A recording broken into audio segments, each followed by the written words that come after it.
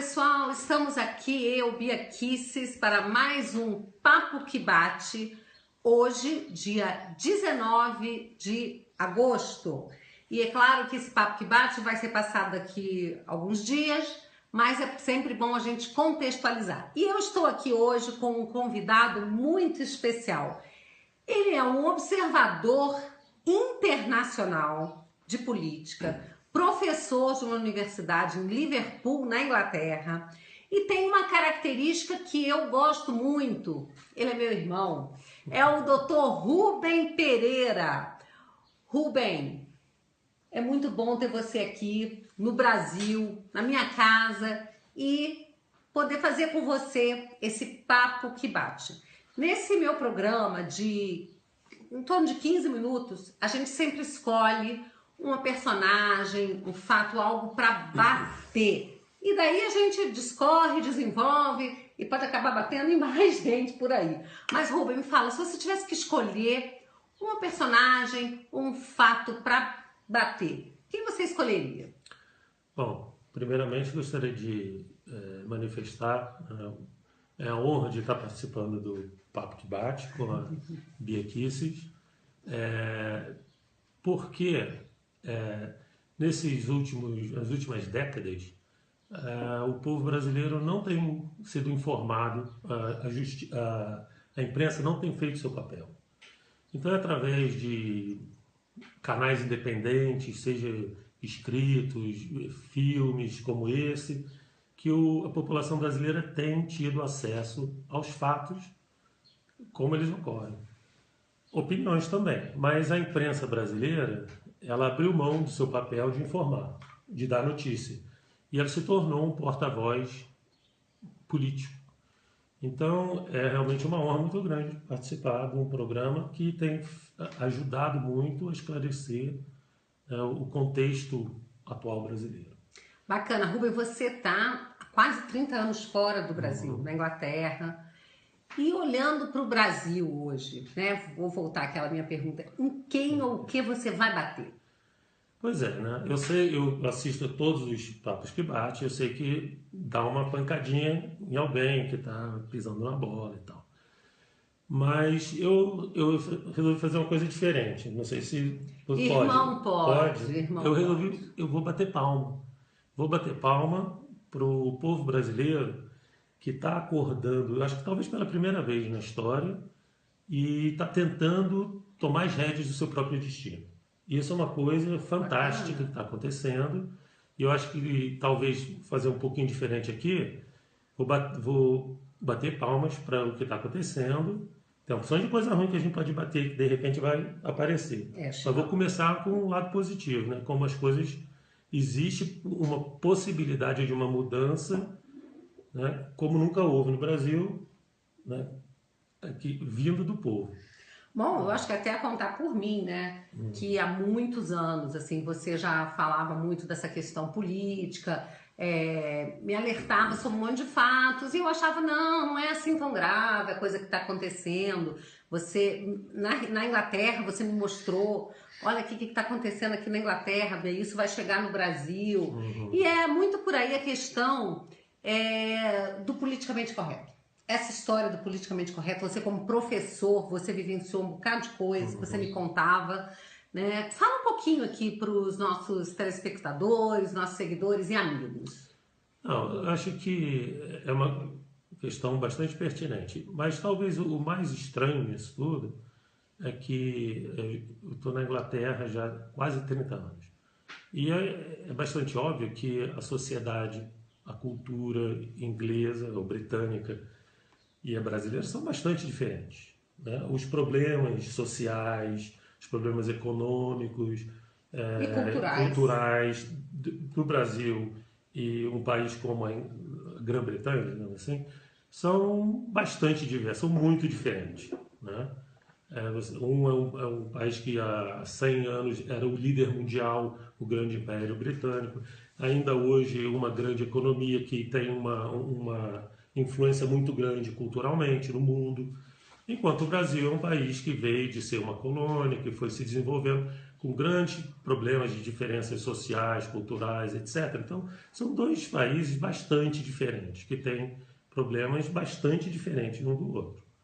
Então, você esperaria, né, que os políticos do Brasil estivessem, em geral, lidando com problemas específicos bastante diferentes dos problemas que os políticos na Grã-Bretanha estão lidando. Isso era uma coisa lógica. E eu sempre achei muito estranho que questões que se desenvolviam na Grã-Bretanha se desenvolviam praticamente ao mesmo tempo no Brasil. Por exemplo, a questão da proibição do fumo em lugares de espaço fechado. Por que na Grã-Bretanha e no Brasil se pensou ao mesmo tempo? Já desde os anos 70 já se conhece que havia alguns resultados com relação a se deve ou não fumar, por exemplo. Mas sem entrar no mérito se é bom ou não, por que no Brasil e na Grã-Bretanha resolveram mais ou menos ao mesmo tempo? Por que as questões de você promover certas práticas, né? Então, de novo, sem entrar no mérito, por que se legalizou o casamento entre, que se chama same-sex? Como casais Casais homossexuais. homossexuais. A gente não está discutindo que isso é certo, mas por que na Inglaterra, na Grã-Bretanha e no Brasil, essas questões foram debatidas ao mesmo tempo? Outras coisas que você me chamou a atenção já há alguns anos, né? A questão da lei da palmada, por exemplo, que aconteceu lá primeiro. Aconteceu lá primeiro. E você falou para mim, olha, Bia, já isso está chegando no Brasil, não deu outra. Em muito pouco tempo chegou aqui, né? Eu lembro disso, porque houve alguns casos em que, por coisas que você talvez se considerasse normal, assim, uma palmada de um pai numa criança, isso foi lá condenado, né? A pessoa foi, não chegou a ser presa, mas foi condenado. E eu lembro discutindo com você, que falei, como tudo que eu estou vendo que acontece na Grã-Bretanha parece que acontece no Brasil mais ou menos ao mesmo tempo, tenho certeza que vai acontecer lá também. Fica de olho. E é um absurdo, né? Vamos falar assim, que esses temas, na verdade, eles fazem parte, eles não são temas isolados.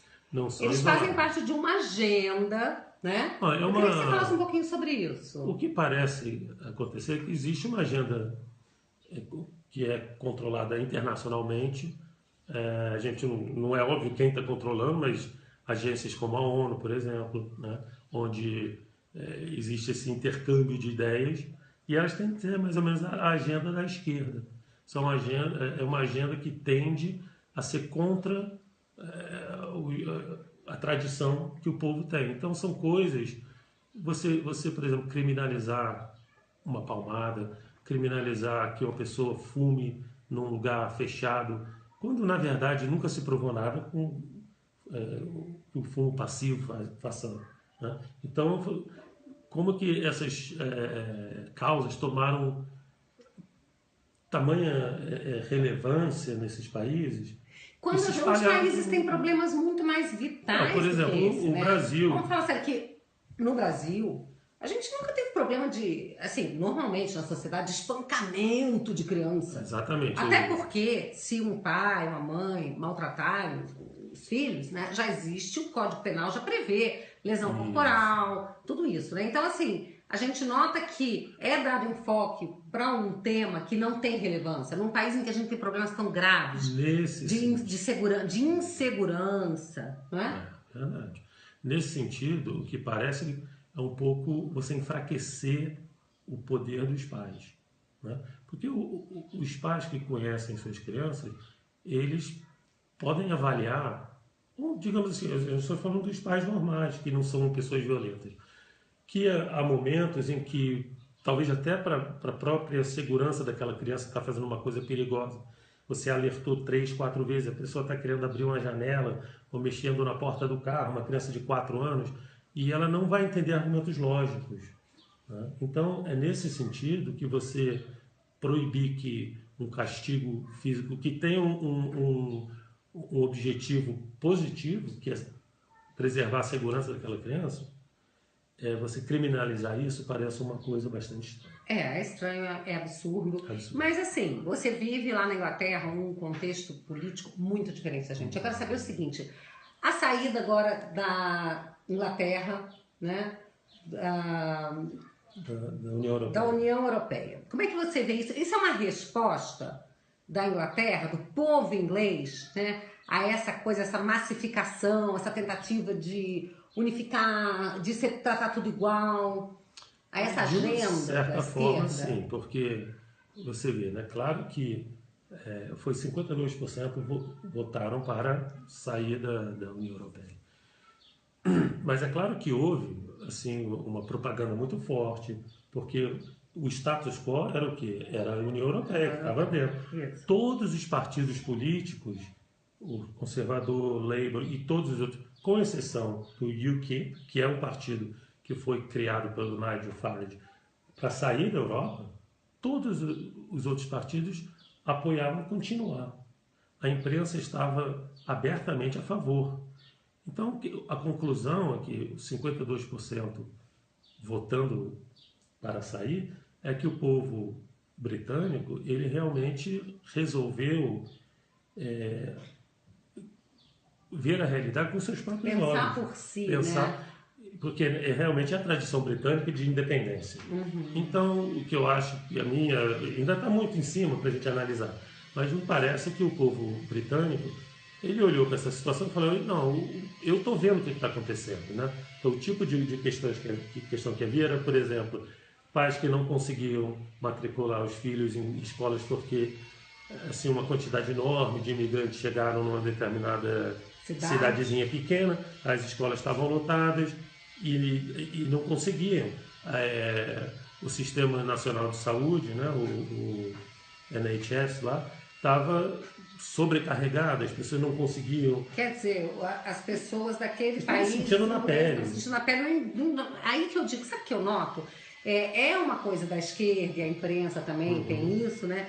De querer contar uma história que não condiz com a realidade. E as pessoas se acostumaram a acreditar muito mais no que ouvem, leem, do que naquilo que elas veem e experimentam na própria pele. Mas isso é engraçado, porque a gente deu uma volta, eu comecei a falar do papo que bate, e eu disse que a imprensa no Brasil, não só no Brasil, a imprensa no mundo inteiro, ela abriu mão do seu papel de ser independente, de noticiar os fatos, e se tornou um braço da política. Sim. E o que acontece? E isso tem um papel muito negativo, uma consequência muito negativa, porque as democracias, elas não funcionam simplesmente porque você cria certas instituições. Ou chama algo de democracia. Isso. Né? Não, mas uma democracia, para funcionar como ela deveria, ela pressupõe premissas. Dessas premissas, uma delas é a imprensa livre. Ou seja, uma imprensa que não tenha nenhum viés político. Cada pessoa pode ter, mas a imprensa como um todo, a principal função é reportar os fatos, Sim. como eles acontecem. Essa é uma premissa. A outra premissa que também no Brasil está muito comprometida é a independência dos poderes.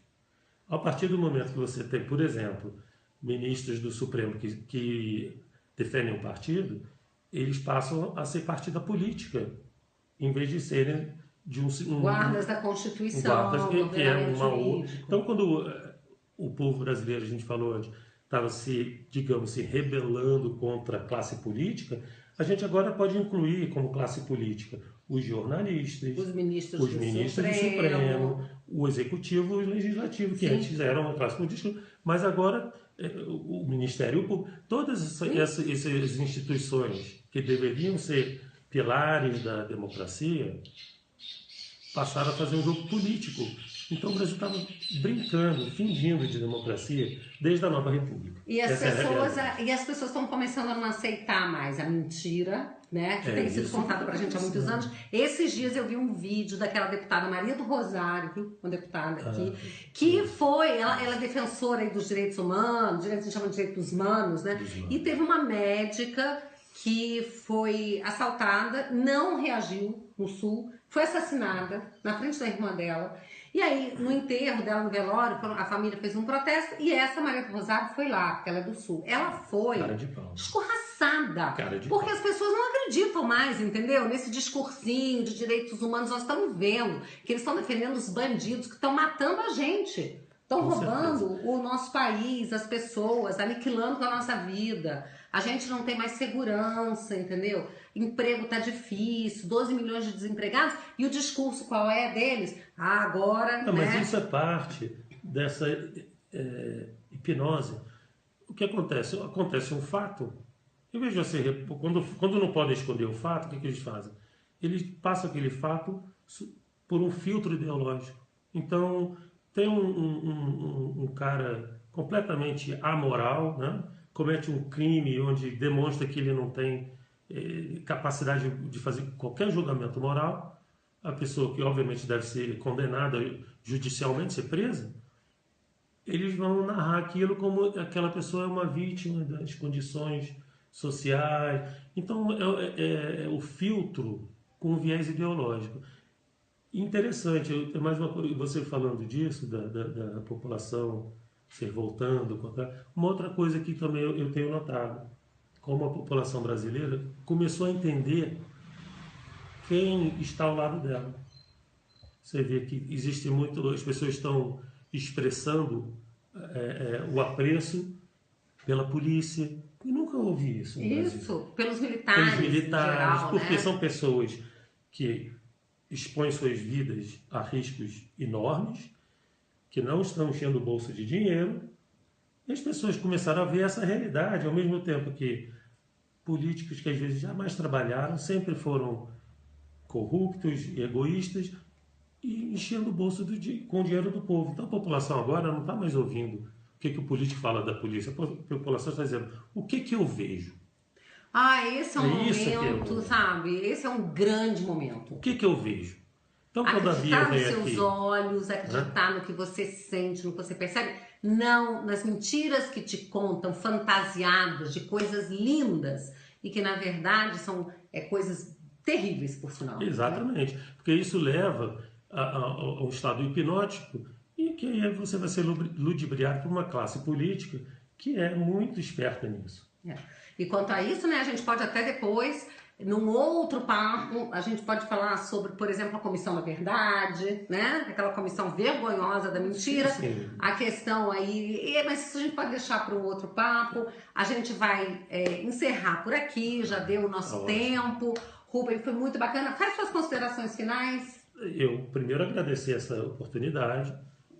Eu tenho muita esperança, porque eu vejo que pela primeira vez as pessoas estão... O poder realmente vem do povo. Isso a gente tem que entender, né? O poder emana do povo. A não ser numa ditadura descarada em que ela bota a polícia, o exército para matar o povo. Mas, como está acontecendo? tirando Venezuela, Coreia do Norte, Cuba, esses países. Mas num país democrático, o Brasil, a Polícia Federal, a maioria do judiciário, o exército, eles não foram cooptados, né? Cooptados, né? Então, o poder agora realmente vem do povo brasileiro, porque o povo brasileiro tem que agora exercer isso de verdade. É isso aí, Rubem. Valeu. Obrigado. Adorei. Pessoal, então até o nosso próximo Papo que Bate. Obrigada.